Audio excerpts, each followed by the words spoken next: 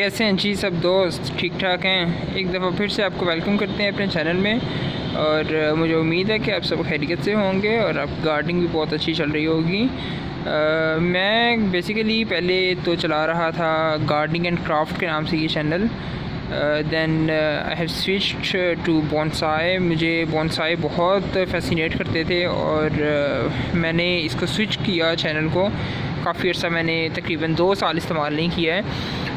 The reason because कि मैं bonsai के अंदर ज़्यादा इंटरेस्ट ले रहा था और तब तक मैं आपको सिखा ना पाता जब तक मैं ख़ुद पहले उसे सीख नहीं सकता था। तो मैंने उसको पहले तो ख़ुद सीखा है और इसके लिए मैंने तकरीबन 1-2 साल जो है वो इस पर वर्क किया है। और अभी बहुत से मेरे बोनसाई जो हैं वो अंडर ट्रेनिंग हैं और कुछ ये नियर बाय बोनसाई हैं। इन्हें आप मुकम्मल अभी नहीं कह सकते, लेकिन ये जल्द ही इंशाल्लाह बड़े अच्छे ट्रीज़ बन जाएंगे। तो हम ये साथ साथ सीखते रहेंगे जी।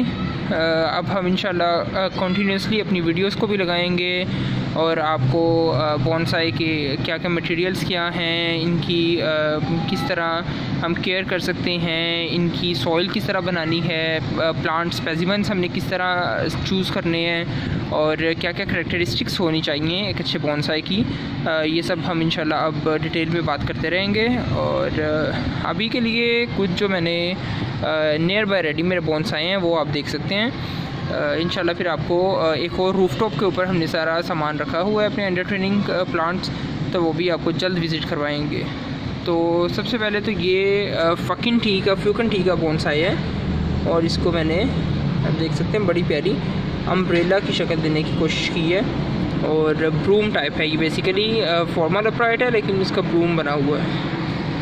इसके आगे मेल्फिजिया है, ये मेल्फिजिया ग्लेब्रा इसका नाम है जो इसका साइंटिफिक नेम है। और इसको मैंने इनफॉर्मल अपराइट के अंदर ट्रेन किया है। अभी कुछ यहाँ पे डस्ट काफ़ी ज़्यादा है।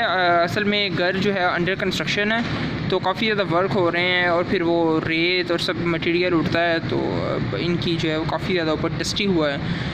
I have not short it yet, मैंने इसको शावर भी नहीं किया है आज। तो इंशाल्लाह मैं आपको फिर ये डिटेल में इनका ओवरव्यू दूंगा। ये अडेनियम है जी। अडेनियम ये अच्छा, इसकी एक करैक्टरिस्टिक बड़ी अच्छी है कि इस अडेनियम प्लांट को मैंने रूट ट्रेंड किया है। मैंने इसको यानी कि नीचे से काटा था और काटने के बाद अब इसकी सारी रेडियल रूट्स हैं, बिल्कुल ऐसे एक रूट फ्लेयर इसका बन गया है चारों तरफ से, जो कि मैंने इसको अंदर दबाया हुआ है। तो इंशाल्लाह ये 1-2 साल में इसको हम जब 2-3 इंच ऊपर करेंगे तो ऑटोमेटिकली आपको इसकी